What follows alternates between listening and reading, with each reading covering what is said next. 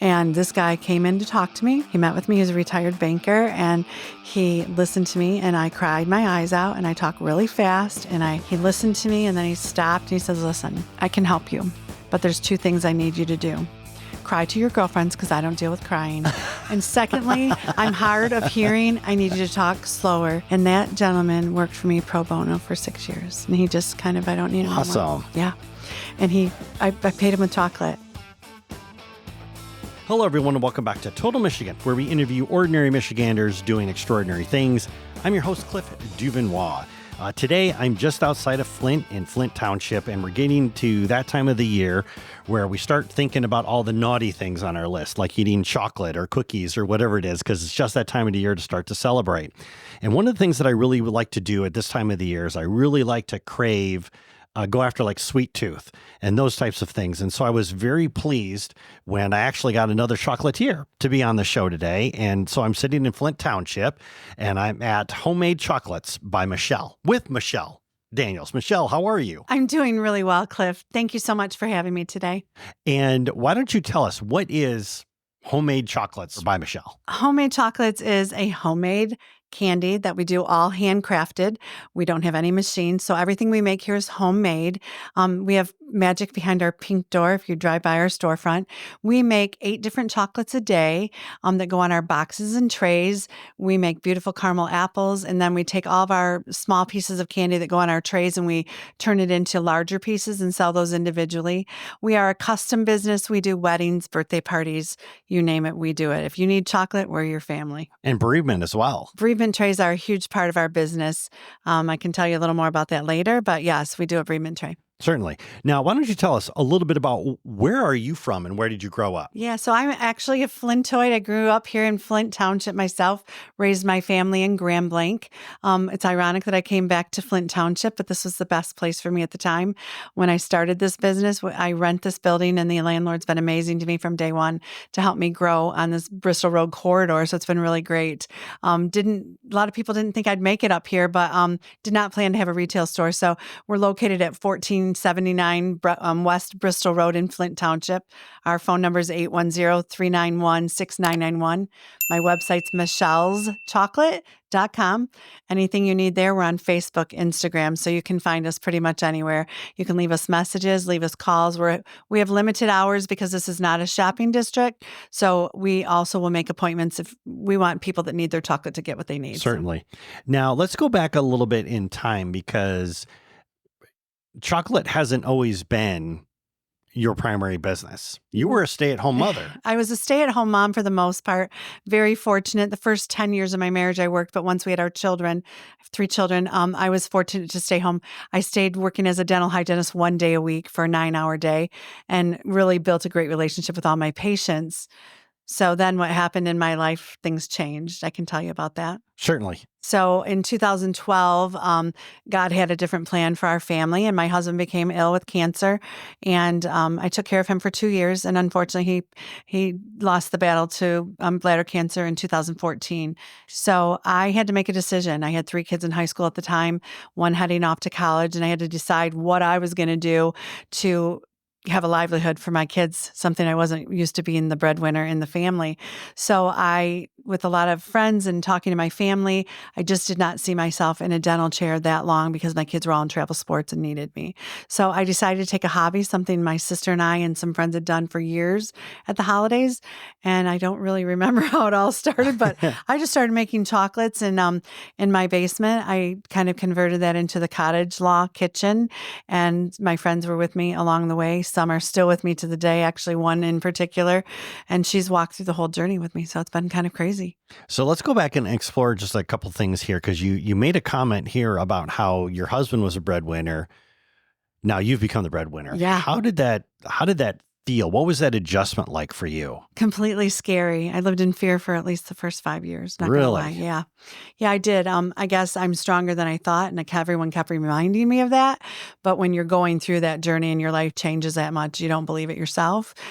Fast forward 10 years, I finally believe it. It's a great feeling, but I think I lived in fear for the first 5 years. My kids probably suffered a little bit for that. So we had to work through a lot of things because I was the fun mom that got to do all the fun stuff, and then didn't have to worry about it so much. My daughter and I went through Sam's a couple weeks ago, and she said, "Wasn't it really fun when we could go through Sam's and just put in the cart whatever we wanted?"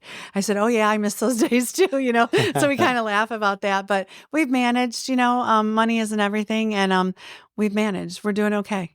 And you said something before too, I'd like to also unpack is that because you could have become a full-time dental hygienist. You could have Yes. went every single day of the week and Yes. just said, sorry kids, Yep. mom's got to work. And I think for a lot of people, they would look at that as kind of being the safer route versus let's make chocolate. 100% the safer route. I think I was 50 years old when this happened.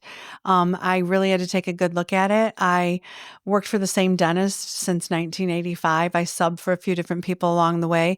I just didn't see, with all the change that had gone on in my life, I didn't know if I was going to be able to work there full time. And I just kept weighing it back and forth, the flexibility. And I think money didn't drive me as much as it used to. I knew I needed, and we were left okay, with my husband, but we were not homeless or anything like that. It wasn't that bad of a situation, but at the same time, I had to continue to, teach my children the value of a dollar. For sure, Certainly. that which they didn't have to worry about so much growing up. But so it took a long time, but I consciously made the decision to do something that made me really happy, even though I love dental hygiene, but I had done it for 34 years part-time and I was 50. So I was like, how much longer am I really going to be able to do this? I think the candy thing will just offer me, flexibility. I'll make people happy. I'll have just a little bit more fun. And that's what I chose. I want to be with my kids. Where did the passion for candy, chocolates come Yeah. from? So as a kid, I used to make rock candy. Don't make that here. Always made rock candy as a kid, my sister and I. Then as time went on, we're both pretty creative. We used to joke about, she'd say, if we ever opened up a shop, what would we call it? Chocolates for free, because we used to be big gifters, both of us. She lives in Ohio, but both of us were big gifters, and we would make chocolates, and she made a ton of them in Ohio and I made a ton of them here. And at the holiday, we made all the best chocolates. But then I started having friends call me all the time. Hey, can you make me a dozen this? And people would pay me $20 to make a $3 pan of brownies because they thought my presentation was great, to put a little bit of powdered sugar on a brownie and call it a day. So people that don't do this. People that do it. But I realize that it's a niche. People don't, and in today's world, as we talked earlier, Cliff, and how life has changed so much, it's a different generation now, and people don't take the time to do anything. The sentimental part of life has changed, where we used to do all handmade, homemade. Some people still do, but I think the majority, I'm in business because people don't take the time to do it themselves.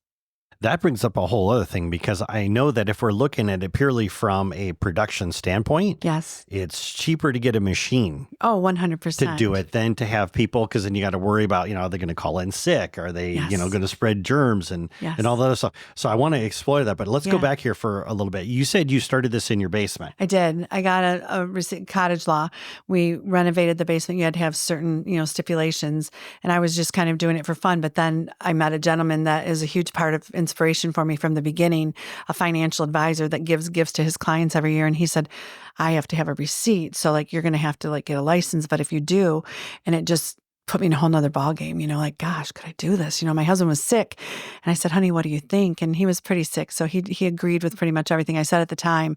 So I met a friend who started helping with my brand, and it's kind of a funny story. He was just here we just celebrated 10 years here, and we did a ribbon cutting because I was grieving too much 10 years ago to do it. Sure. And so I received a grant from Township to get a new sign here. So I'm really working it, right? So they were great to me in the Township to improve this corridor, because it's not a shopping district, it's an industrial district. And I was naysayed to come up here, but we've turned out to be the jackpot spot, because we're, near all the expressways, and our hubs for FedEx and UPS are right here. So people now come from all over to see me, all the suburbs. Had I gone to where I live in Grand Blanc, the rent would have been triple, and I couldn't afford it at the time. So that's what really drove me up here, is to get something inexpensive. Did I ever dream I'd be here 10 years later? I had no idea what I was doing. So you asked me if I was a business-owned degree.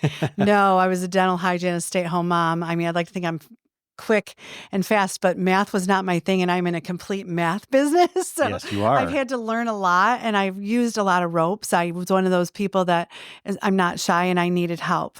I used to be a huge giver, and I'm still a giver to a degree, but I had to be a taker to get the people in the right positions that could help me figure Yes. this out. So I'm sure I lost money for the first 4 years, not knowing what I was doing.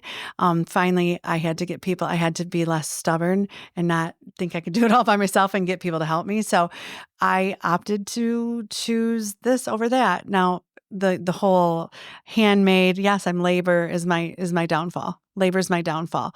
I have trained these girls. I've been blessed beyond belief with all the people in the world today that can't find good help. That is not the case at Homemade Chocolates by Michelle.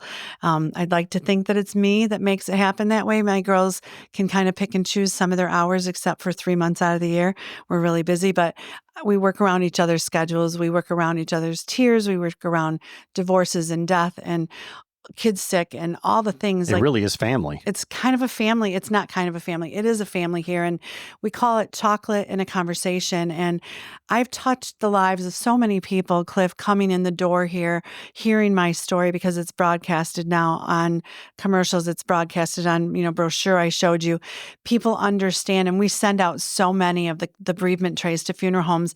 And and I love flowers. Don't get me wrong. And I compete with the flower shops. Some of them buy my chocolate. In addition, I didn't know that the bereavement tray didn't come along till 5 years later. I struggled with it because I didn't know if my husband would want to be brought up in this. He's never Right. seen what I've done here, but the girls were like, I think he would love it. So we did this brochure and I still was uncertain. And so I went to deliver a bereavement tray in Clarkston, Michigan one day. And this was probably, gosh, I don't know, I lose track of time, 5 years ago. And I took the tray to the door and this gentleman and this woman came to the door and they're like, oh my gosh, this is beautiful. Who is this from? And it was one of our larger trays. And I said, it's from Amy so-and-so. And they're like, no, I mean, where's this company? And I'm like, oh, it's just mine. I said, I started this when my husband died and I did my little spiel. Right. And this gentleman came out of the door and he knows that he touched me and he came out the door and I thought I overstayed my welcome. So I scooted over. It was a time sensitive job because they were going to the funeral home early. And he came out and just wrapped his arms around me and told me that he heard my story in the hallway and that he said that it was the most beautiful thing and he got it because my kids, we had so many flowers. Took up our whole house. The kids thought it smelled like a funeral home. I love flowers. I still hope to receive flowers. I love flowers. But when that happens, I just needed something that was more comforting for the family. That was not a dish that you had to return to somebody. It was a disposable dish, but yet I made it classy enough that it looked, presentation was good. And he said, it's the nicest thing I've ever received. And you mentioned earlier that I could bring up God in this situation. And I truly do have faith. And I left that situation. And in 5 years before, I never saw my husband after he died. In a dream, nothing. And my husband was sitting on my shoulder and he's like, you're doing everything. I got goosebumps. It did happen. I came back here. You ask anybody here, came back here sobbing my eyes out. Oh my God, I'm free and I can do this and feel really good about it. My kids didn't really love it as much as I did. I was so excited about it. I think it was hard for my family to kind of realize that it was all good. It was for the right reasons, not the wrong reasons. And so what I've done from then on, our sales rocketed compared to what we were doing originally. And people will send thank you notes to the people that send them. And they're like, oh my gosh, the thank you note I get for this versus thanks for flowers. And it's not minimizing flowers. There's always going to be flowers. There will always be flowers. So I'm not minimizing the flowers, but this is just something different that's comforting. And you have your family come with you and gather and the trays get eaten and people are happy. And it's just a little token of that. And I think knowing my story and the people that give the gifts tell my story and they come back in here and they talk to Ramona, who is my head, salesperson here. And she makes everyone that walks in the door feel like it's their birthday on a daily basis. We hug people. We're huggers. So we're chocolate in a conversation here. Right. Not just a chocolate shop. But to go back to the machines versus, yes, the machines would have been a great idea. However, it's homemade chocolates. It wouldn't have been homemade chocolates. It's my niche and nobody does it. And I don't have competition in this small area of where I live. So we ship across the U.S. People are getting our chocolates all over and word of mouth, it's just growing every year. So I'd like to go back and explore something real quick. When you were talking about how you were at the funeral home and a gentleman came out and gave you a hug. Yeah, we were at his home, actually. Oh, at his home. My apologies. What did that feel like to know that you had really, truly touched someone? Yeah, it was actually life-changing. And I felt like I needed to take care of this poor person. And I didn't even know who died. And it was his wife. And I felt like it was my job to like reach out to this person and save him. And, or what's the reason this happened to me? And what was I supposed to do to help him? I reached out to him and he was very thankful, but, he didn't obviously need my help or whatever. You don't know what people are going through and how people receive that. He was very friendly and very nice, but it changed my life back here. I came back here and these girls were watching me cry my eyes out. And then we got to do our story on ABC. And so this locally. And so our bereavement tray is always advertised. It's always on TV with even the Christmas stuff. We always talk about it because it's a huge part of this business. Sure. So, and those range from $55 to $185. So it meets every price point.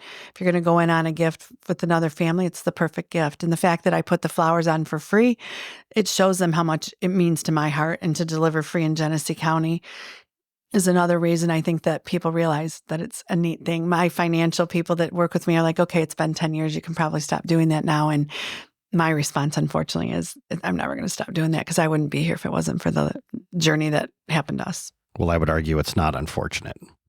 Yeah. For our audience, we're going to take a quick break and thank our sponsors. Once again, you're listening to Total Michigan. I'm your host, Cliff Duvernois, and we're talking with Michelle Daniels of Homemade Chocolates by Michelle. We'll see you after the break. Hey, if you are enjoying these great interviews, just take a moment and go to totalmichigan.com/join, and you can get these episodes sent directly to your inbox because there's a lot more great stories coming. See you there. Hello, everyone, and welcome back to Total Michigan, where we interview ordinary Michiganders doing some pretty extraordinary things. I am your host, Cliff Duvernois. Today, we're sitting with Michelle Daniels of Homemade Chocolates by Michelle. And we're in Flint Township. And Michelle, before the break, we were talking a little bit about how you had started this business, basically this chocolate manufacturing company in your basement. Talk to us about, like, I wanted to explore a little bit. How did you start getting your name out there to get people to start buying your stuff? Because now we're in a storefront. You've got, 12, 15 employees, somewhere around there. So how did you start getting your name out there? Yeah, crazy story. So we moved up here in October of 2014 after I lost my husband. Couldn't afford much rent. So this is why I came up here. A friend helped me find this place, actually. And it was a house, and it was kind of comforting. And it was a business office. So these rooms were all here, but they were all like just normal business desks everywhere. I think there were 12 or 14 desks in here. And my friend was actually the one that said, gosh, I really think like you could do this here. Like, it feels homey. And like, I'm like, I don't know, but the price was right. So I knew that guy from high school. He didn't know me, but I knew of him. Went to him and negotiated a deal. And I had to have a kitchen. So I took the area I showed you earlier and turned it into a kitchen, and had to have a restroom and a lunchroom for the employees. Those were the 3 criteria. Never dreamed about having a retail spot. So these doors weren't open. It was locked. Right. Here. Well, come November, word got out from my friends and their families and blah, blah, blah. And they started showing up at the door. So we started making chocolate, packaging chocolate, selling chocolate. We didn't have a point of sale. It was insane. And so I don't even really remember for sure, but that December we started selling some chocolate out here, which was not illegal, but it was just a little backwards, Right. And I had already been approved by the Rural and Development. So I was on the up and up, but I didn't have all the labels properly and stuff like that. So I had to take a really big look at it after the holidays, like, wait a minute, what? So I called my landlord. I said, can I rent this space here for the retail little space? Sure. So we started doing that. And then this room we're sitting in right now, another $50. I negotiated every room. Didn't know I was a negotiator, but he was a really amazing guy and helped me through. So then I ended up taking over the whole building. So then I started turning it pink and pretty, stripes, and got to make it all my own. So that's kind of how that started. So we didn't plan to do that here, but it just happened, so that's kind of how that happened. At what point in time, because I get that you're in the basement and all of a sudden you're getting to a point where you need another facility. I needed to get out of my house mostly to get away, be out in the public. Yeah. Right. And so my next question to you is, at what point in time did you ever say to yourself, holy cow, this is working? Different times. I've said it for different reasons. I'm a Diet Coke girl. That's like, let that get on the word. I'm a Diet Coke girl. There's a McDonald's right across the street from this place. It was meant to be, right? I would go over there sometimes and leave, and I would look at this place across the street, and my makeshift sign was kind of whatever. I have a new sign now, and I'd be like, wow, am I really doing this? Like I would say that to myself.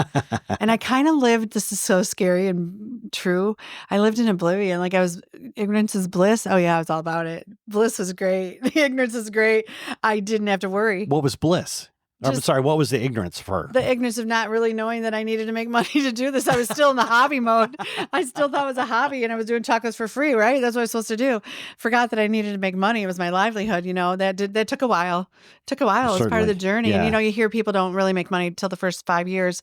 I think that the first 2 years in my basement, I don't even count. Moving here is when I started counting it. So it was about on 5 years that we really started to figure it all out. I made some money, but not a ton. But funny story, if you care to hear, gentleman real quickly came into my life, didn't know him, friend of friend.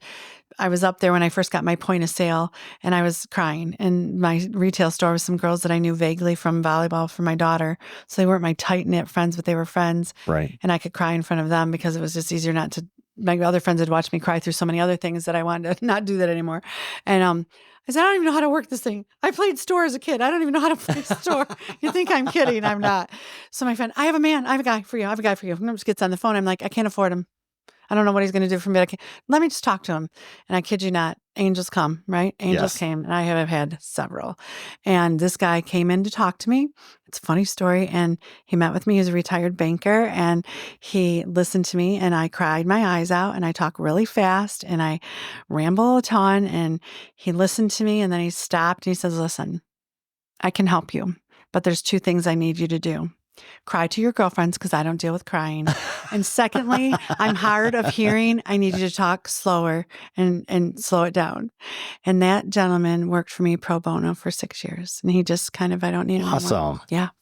And I paid him with chocolate, and he taught me so many things about the numbers and so many things about the P&L and stuff that I didn't have a clue that I was doing. So he has been instrumental. And then now one of the gals that works here, her husband and she are interested in maybe purchasing this in the future. And he's a numbers guy. So he's kind of taking a look at things. And so I have people watching over me what I'm doing now. And I have an amazing accountant. So I went to my accountant, cried my eyes out. She said, what are you afraid of? I said, going out in orange. I don't know if I just want to do it right. I want to be taken away in a jail bus, Going out in orange. I mean, that was what I said to her. So that's just who I am. I'm like, I just want to make sure I'm doing everything right. So I'm a rule follower, and I just want to make sure I did everything right. So that's kind of how that happened. Yeah. It's crazy. And there's so much there to unpack. I will say this, though. Thank God for angels. Yeah. I have lots of angels. One of them standing right next to you over there. She's put up with more than you can imagine. She's been with me watching my husband die on top of my family watching him die. And she was in my house helping me get him places. And, 10 years later, she's still with me by the grace of God. She wants to retire in a couple of years, but we're going to have a serious talk about that. So anyway. One of the things you talked about before is you've got, first you started off basically in wholesale. Yes. Right. Well, I was just going to, no, actually corporate. Corporate okay. was corporate business. So this one gentleman got me an account and another account. And we at my home we were sticking stickers on packages when UPS was staying at my door. Those poor guys, I had to feed them all the chocolate I could because they were waiting for me because I wasn't prepared. I didn't even know how to do the logistics part of that. Yeah. So we did that. So I started working on corporate business, just started calling around places and telling them I was local. And I knew a lot of people. I'm very friendly and outgoing, and people. Really? I know, right? I was shy in high school. But anyway, so I just started calling people. And I started out, and just, this doesn't mean anything, this figure, but I sold $30,000 worth of chocolate out of my basement. I knew I had to move on because the corporate cottage law is not in that area. Yeah. And so we moved here. This first year we sold 60,000, and then it just kept going up every year. And it's like, wow. So we have 5 entities of my business, Cliff. So I do the corporate business is my mainstay, biggest money maker for me, if you will, because it's bigger money. Clients spend, between $3,000 and $10,000 or $20,000 accounts that they send to their clients. What we do here at Homemade Chocolates by Michelle that makes it special, unlike ordering from, Harry and David or Godiva, we are all product, so much product, a little bit of packaging. We're personal. We take your lists. You can't just get online, order that stuff and never know who's dealing with it. Right. It's me. If there's a problem, it's me. If their product doesn't get there, they're tracking it. It's me. I'm on the phone. So the personalization for people and the fact that we make a card for them is nothing. There's nothing out there like it. You can type in your message and it's going to show up at a big conglomerate store with the black typewriter, something. You saw the pretty cards I showed you. We make them match the ribbon that we do, and I don't chintz on ribbon. It took me 5 years to cut back on ribbon a little bit, because when I first met one of the girls that works here, she's like, "You have $12,000 worth of ribbon in here. You can't afford to do that. What are you doing?" Like, so business owners have come along the way to help me. So I've learned, but I still didn't chintz the quality. Yeah. I just had to rein it in. We have 197 SKUs here. We need to have less. So we're working on honing it in, because we do like the boxes and trays, there's 8 different chocolates on each tray, but we also have individual things, and we do it for every different holiday, and they all have a different SKU number because we have the barcode system now, but we didn't have that at the beginning. So it's just evolved. That's all I can say. But corporate's my biggest book of business. Then the holidays, Christmas, Valentine's, Easter. Halloween's not huge because it's more of a store chocolate holiday. But we do that, and then Christmas. So those are our big, holidays. And then Valentine's is huge. We do the most amazing jumbo chocolate covered strawberries here, but I only do them 3 days out of the year. We have a call list. Ramona calls people in January, and they are so happy that she calls, because I have to order so many flats out of California, and they're giant, beautiful, long stem jumbo strawberries, but I can't afford to do them every day because I need to buy so many flats. So small business, you get kind of stuck. So we have that. So the retail of that. Then we have the retail store, and people come, and we're not always busy all the time, but in about 5 minutes, they're going to be ringing the doorbell constantly. The door is just going to ring. And a couple of the new girls were like, we can't prepare you. It's going to happen. Boxes will be to the ceiling here in a minute, and UPS will come every day. We're getting ready for 3 weeks. It's chaos in here, a good chaos. But so that's that. So corporate, retail, tons of stocking stuffers, that. Then we have we are custom. So anyone could call and say, I only like sea salt caramels. I only want those on my tray. We do it. I want dark chocolate, peanut butter, then we can do it. If you want milk, we can do it. Like, we accommodate. Sure. And some people think that I'm crazy for doing that, but that's what sets me aside from the rest of the businesses. So you talk to me, and I'm like, I'm happy to do that. We don't charge a huge rush order for overnight orders, but we can only do what we can do in reason. So we work with people that we can. Our corporate people know that we need the dates in by a certain time. Some of them, I have to really pull their teeth to make it happen, because I have to order the trays. I can't house. This is it. I can't house more. And one of my friend's husbands told me long ago that to utilize the space of the rent that I pay here, that I need to work here 24 hours a day. Instead of getting a bigger place, you need to have 2 shifts of people. Like, he made it. It was a smart business move. Like, pay your rent and work second shift if you have to. We do a little bit of a split shift, but not too much. I'm not saying I won't. I'll take what business I get. Right. I will find the people. If you come, I will build it. That's what I say, But my employees build it, and I just get it in here. And I never turn anyone away. So, and then we do wholesale. We started that. It's not a huge part of my business because our profit margins are not huge, but we still did it. We did a ton of shows at the beginning for the first 5 years.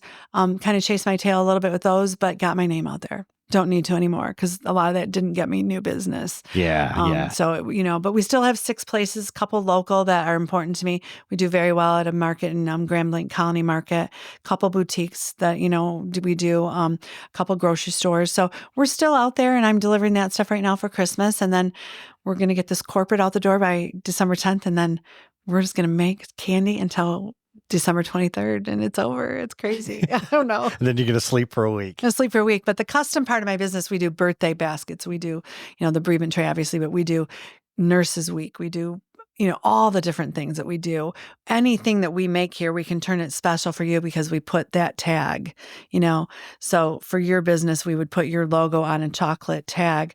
If you were giving gifts to your clients, people that you, let's say the speakers that hire you, like if you want to take them a token, I can make it special for you to give them. And I'm learning, we do, 2-piece candies for $4 with the tag on it. Oh, that's interesting. So we do a ton of that. I mean, like right now, today, that gal that just came in over here, she picked up just 10 for a birthday party, big pieces of candy flat that we can put the birthday girl's picture on because we have an edible image maker. So it's the sky's the limit. Like, we do so much that people don't really know about. I'm not going to lie. Right. And I'm trying to get better at advertising it, but it's getting out there. It just takes time. There's only so many hours in the day. I just do the best I can. Right. So the 5 entities are corporate, retail, wholesale, custom, and specialty, and then the bereavement. So. One thing I would like to explore here just really quick is you made a comment about, reaching out to these businesses and working with these businesses and stuff. And I know a part of this stems from your story. How Yes. important has your story been in building this business up? I think important to a degree, but I'm not going to lie. I don't think it's solely like that's the reason. I think that I try to be the best customer service that I can. I think that wins over it. I think that people are compassionate and want to help me, but I think people are wanting to help people that shop local. Local's huge. So I think it plays a role. I think it did maybe more at the beginning. I'm not saying it's the story's lost. It'll forever be. People ask me every day, how are you in Flint Township with building a business? Times are tough. What? So that's the reason. Yeah. That's the reason. But I think that I've finally learned that my one friend made me realize, you don't have to live in the past of that. You built this. You did this. Yes. Which is true. Your story is your story. So pat yourself on the back for a change. It took me a long time to do that, but now I do. But without my team, I'd be nobody. Right. I'm nobody without my team. Certainly. I'm just that. So that part, I think, I'll always tell my story. This is hugely important to me, the bereavement tray. I'll always tell the story, but I also want people to know that we love people. We want to make you happy. And if I can give a little piece of an extra candy to somebody or, stuff like that, like I do little things like that I can do. And I get to choose who I do them with. And I touch the lives of people that didn't expect it. You know what I mean? I get to do that. Beautiful. And that fills my heart more than anything. Yes. And probably not the smartest financial, but I do what I do. I can't be different than who I am. Not all I'm much success better is than I tied to used to money. be. Huh?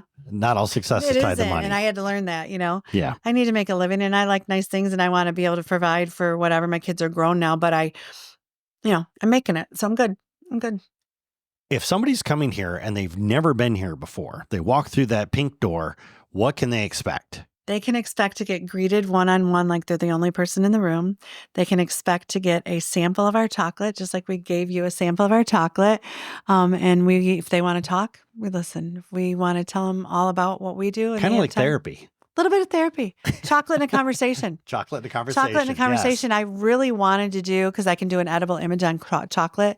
It's never come to fruition, but I wanted to have a little corner. You know how you have a card store, like a little card rack? Mm-hmm, right. I wanted to have chocolates and put quotes on them. Positive quotes. I'm a quote reader, annoying to my friends, but I love to read quotes and send quotes to people. It's just, I get so much from quotes. I just really take them in and read them. And some of my friends are like, oh my God, here she goes again. Quote, but I wanted to do a corner of that. Never has happened. Never say never. It might, I don't know. I just haven't done it. So I love the, we just listen. We just listen to people. We show them the place if they want to see it. We tell them all, and we have people call me to work here. I've only looked for 2 people in 10 years. So people want to come here. It's a fun place. And I guess it's special. It is special. It's not just chocolate. It is chocolate in a conversation. Call it therapy, call it whatever it needs to be at the time.